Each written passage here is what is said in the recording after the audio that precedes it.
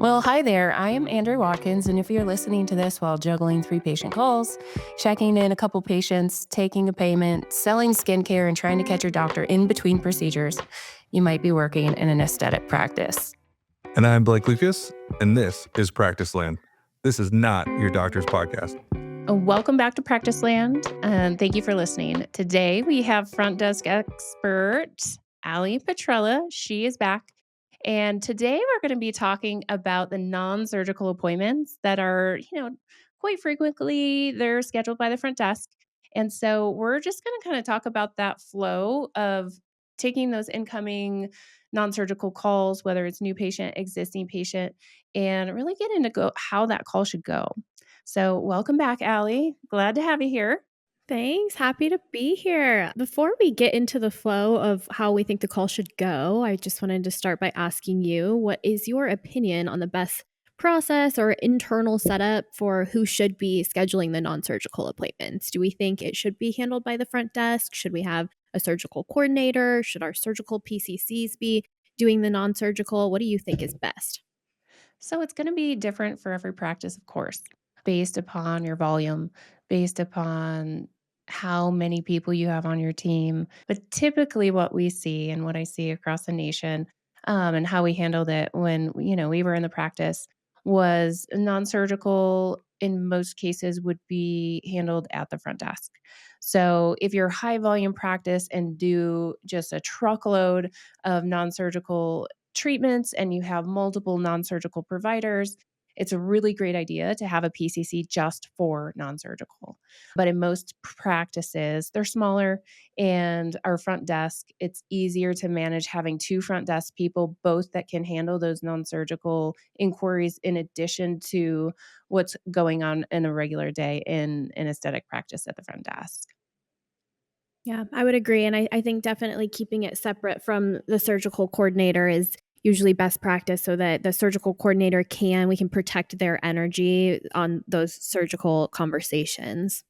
Absolutely. Anytime you're getting above about, I don't know, I have a client that's about 30 to 45 new patient inquiries for non-surgical, and we brought in a PCC just for non-surgical so that we could take the time away from the surgical PCC and just focus it in on someone that can focus on their minimally invasive.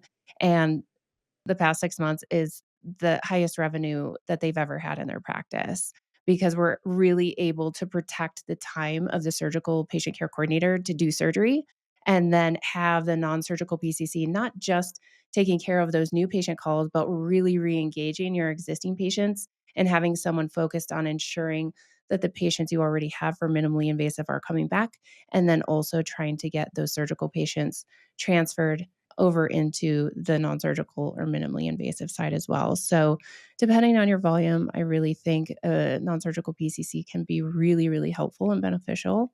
But in most practices, it's going to be done at the front desk for those non-surgical. Perfect. So if you're answering the phone in the practice, really, you get a non-surgical call.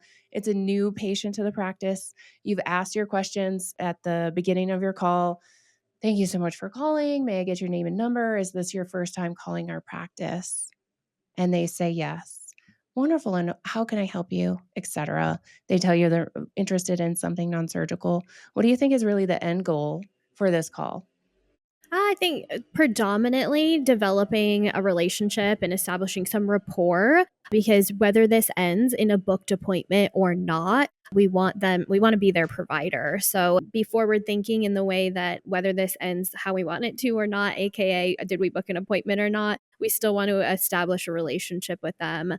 And also on that call, we want to be determining their candidacy. So we want to be asking the right questions to understand, A, are they a candidate for this non-surgical procedure? And then B, are we offering the right treatments for what they're looking for? Because someone might, call in and think, hey, can I get Botox? But they might not have enough education to understand that what they're looking for is filler. So asking the right questions to understand, are they a fit for us? And is this procedure a fit for them?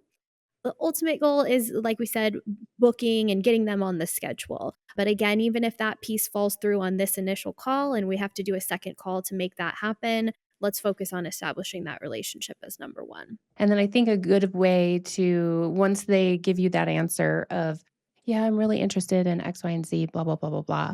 The next thing that we need to do is always make sure that we identify what type of patient is calling and who are they? What's their name? Because we need to know people's names in order to use it in conversation. Everybody likes to hear their name. Is this their first time calling our practice or not? Because an existing patient call is going to be different than a new patient call. If they're an existing patient, they're already part of the family. They already love us. That's why they're calling us back to make their, maybe 90-day appointment for Botox because they didn't do it when they left last time. But if it's someone totally brand new to the practice, that's when we roll out the extra long red carpet and really start digging into building that relationship that you were talking about first. So a lot of times patients say, yeah, I'm just sure, absolutely. So how much do you guys charge for a unit of Botox? Or how much is Soft Wave? Or do you guys do any deals for Morpheus 8 or anything like that? So what should we be doing in our response to make sure that we are giving them the right information, but also that we're really serving them in the best manner? Yeah, I would acknowledge what they're asking and then ask another question. So if they're like, "What's your average or what's like your Botox per unit?" "Oh yeah, I'd love to give you some pricing and estimate on Botox. What area of your face are you looking to treat?" Or just start understanding what they think they're calling in about, and then the more that they talk about that, it will start to align in your head if that is the treatment that's for them or not. Because if they're like, "How much is a unit of Botox?" and then you're like, "Yeah, which area of your face are you looking to treat?" And they're like, my lips just like seem like really like dull and like deflated." Deflated. Okay, I don't think we're talking about Botox, you Right. know? So Right. you'll be able to identify that. So acknowledge their question and let them know you're going to help them with that, and then ask another question. And that conversation, like people like to be asked what they're looking for, and they want to know that you understand their goal fully. So it is totally okay. Don't feel like scared to ask another question or like you're going to upset them by asking a question. Just open the conversation. Like, yeah, I'd love to give that to you and question. Yes, absolutely. Without understanding the patient's goals, a lot of times we totally miss the whole point of the interaction and conversation of how we can actually serve. And I'm always going to come back to how do we serve? How do we Mhm. serve as leaders? How do we serve as teammates? And how do we serve in our practice to our patients? And without asking the question about what are you hoping to accomplish with this? Like, what are your goals? What concerns do you have? Things like that. We can't really understand if this is the treatment for them.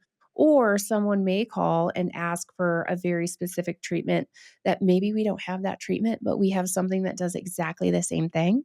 But instead of saying, no, we don't do profound, once you actually talk to the patient about their goals, you could say, you know what, the perfect solution for you to help you meet those goals would be X, Y, and Z treatment. And you can just talk them not into something, but really what we need to keep the conversation focused on also, I think, is what are their goals? What are they looking to achieve? And how do we help them do that? Because most Mm. people, they probably saw something on TikTok or they did some research and they're like, oh, this influencer had this treatment done to their skin and now she's glowing and looks amazing. Well, depending on your ethnic background, depending on your age, depending on just your skin tone and different things, that treatment might not even be applicable for you. Mhm. So you tell me what your goals are and then grab all the tools off the toolbox. What do we have here that can help you reach that goal?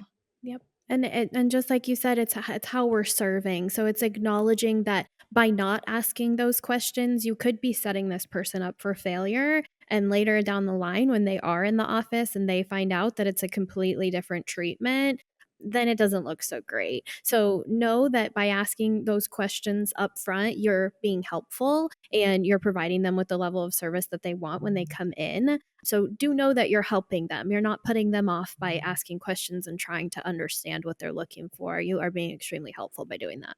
Yeah. And to take that one more step further, not just helping them to get the right information about the right treatment or procedure that could help them meet their goals, but also just really helping them to optimize their time. Because if you're just going to set a consultation because they tell you that they want one thing, but you don't ask them what they're looking to achieve, you could be taking a consultation fee, having them drive across town to come meet with your provider. They show up. We don't even have anything that could really help them for what their real goals are. We've wasted their time, we've wasted their money, and we've wasted the time of our provider, where our provider could be meeting with someone that we know what their goals are and we know how we're going to be able to help them achieve that. So I think what's really important in this aspect is when you're at the front desk and you're responsible for helping to guide patients and lead them through this, is really knowing the treatments and the outcomes, so that when patients do talk to us about what their goals are, when we ask, and don't just assume, but when we ask about the goals, that when they start telling us about this, that we know what tool to grab off and to start talking to them about, so that we know how we can actually help them and what provider to have the consultation with, and then go into price ranges and things like that, that many of the patients, of course, are going to be asking. So once we figure out what are their goals, we also need to figure out a little bit more to make sure. Previously you had said something about making sure patients are candidates. So what does that part of the conversation look like? I think it's going to be understanding what they want. So, what they're hoping to see different, what their history is, if they've done something like this before. And, sometimes it is somebody new moving to the area and they've had their Botox provider for several years in another state and they know exactly what they want already. Okay, great. That's pretty straightforward and we can appreciate that. Potential barriers if it is something that's new for them. So, understanding if they're taking like a certain medication that we can't treat them on, or just understanding, like being so ingrained with what is entailed in that procedure and what your provider is looking for in candidacy, so that you can ask the quick questions to know, okay, this is going to disqualify you, this is going to disqualify you. So, I think just understanding fully what they want, and then if they're throwing up any red flags that would disqualify them as a candidate. And then the next step I would assume to that is we learn all about them and what they're looking to achieve, make sure that they're a candidate for a procedure that can help them or a treatment that can help them with that. And then we're going to want to explain to them what, Allie? We want to start by explaining who they're going to be working with. So let's give the accolades of their injector. Okay, well, Adriana's been with us for 15 years. She is absolutely fantastic. Just have a few fun facts set aside about her and some amazing, incredible things that she's done. So they know, okay, great. I'm coming to a professional that has a great track record in this industry, and then talk about the procedure itself. Is there anything they need to do to prepare for it? Is there going to be any downtime? What can they expect with their Are they going to have facial bruising? Should they plan to, take a day away from work? Are they going to be able to wear makeup? So just fill them in with like kind of the bulleted Stay out of the points of sun for like, 2 weeks or whatever. Yeah. yeah, yeah. So make sure you schedule this at a time that you're not going to Cancun the next day. And then everything that's going to go into that appointment itself. So on appointment day, when you're in the office, it's going to take X amount of time. When you first come in, you're going to fill out some paperwork, and then you're going to come back and we're going to start the numbing, and then we're going to chat a little bit. So walk them through everything that they're going to experience on the day of the procedure, and then go through the pricing and make sure that if, whatever that pricing is, make sure that is something that aligns with them. And if it's not aligning with them, we're providing them with the resources to become prepared for that alignment. So, is this within the current budget? If it's not, okay, let's talk about what financing options we have. And we introduce something like PatientFi so we can go into the details, and discuss everything that's going to be entailed in preparing for that. A couple things just as I'm listening to what you're saying as far as the education portion is concerned. It's really important for anyone at the front desk that is helping patients with these non-surgical procedures. If you don't know about them, talk to your reps, talk to your Galderma rep or your Allergan rep or your skin Suticals or whatever it is that you guys have in your practice. Talk to your boss or just reach directly out to the company and say, I'm at so and so office. Can you tell me who my rep is? Because I'd like to do a little training for me and a couple of the gals here at the office so that you really feel confident in knowing what the different machines and lasers and fillers and Botox and all of that does, so that when you're talking to patients about it, you're really fully educated. For the financing, reach out to PatientFi or have them come in and do a tutorial, do a training lesson with you, so that if a patient calls and you do this education, you first of all talk to them about their goals, and then you make sure they're a good candidate. Then you give them a lot of information about the procedure, the pricing, the provider, and all of that. And then they say, "Oh, that's really out of my budget. I don't have $2,300 to spend on those 3 treatments for that laser," or whatever. Say, "You know what? We do have, for example, PatientFi available, and, I can send you a link. The application process is simple. It only takes 2 to 3 minutes. It doesn't even ding your credit, and depending on what you get qualified for, this could be as little as, $135 a month. Would that be more palatable?" And so when you have those tools, like, this is one time when we're talking about the non-surgical, this is one time where talking about financing at the front desk is absolutely critical, because if people do not have those funds readily available, we wanna be able to educate them about that as well, not just about the provider, the procedure, the recovery, and the pricing. Before making the appointment, we are ensuring that we can help them meet their goals, that they're candidates for the procedure that can help them, whether they're taking a medication in the sun all the time, whatever the case may be. And then we're really talking about those accolades of the provider. Will you tell me a little bit more? Because what I hear all the time is people are like, "I don't want to be salesy. Like, how do I talk about how awesome my provider is without making it sound like this like dissertation that I'm just trying to like sell how incredible this provider is?" Where of course we want to talk about how great our provider is, but how do you suggest that we make that more conversational rather than like, check, they did this, they went to school here, they've been doing this, they've been doing that. Could you just kind of give Yeah. us an example? Yeah, I would say the key of this is being genuinely excited about it. So if you're working for a provider that you don't genuinely believe in, that could be a problem in the way that you're presenting their accolades. Go someplace So else.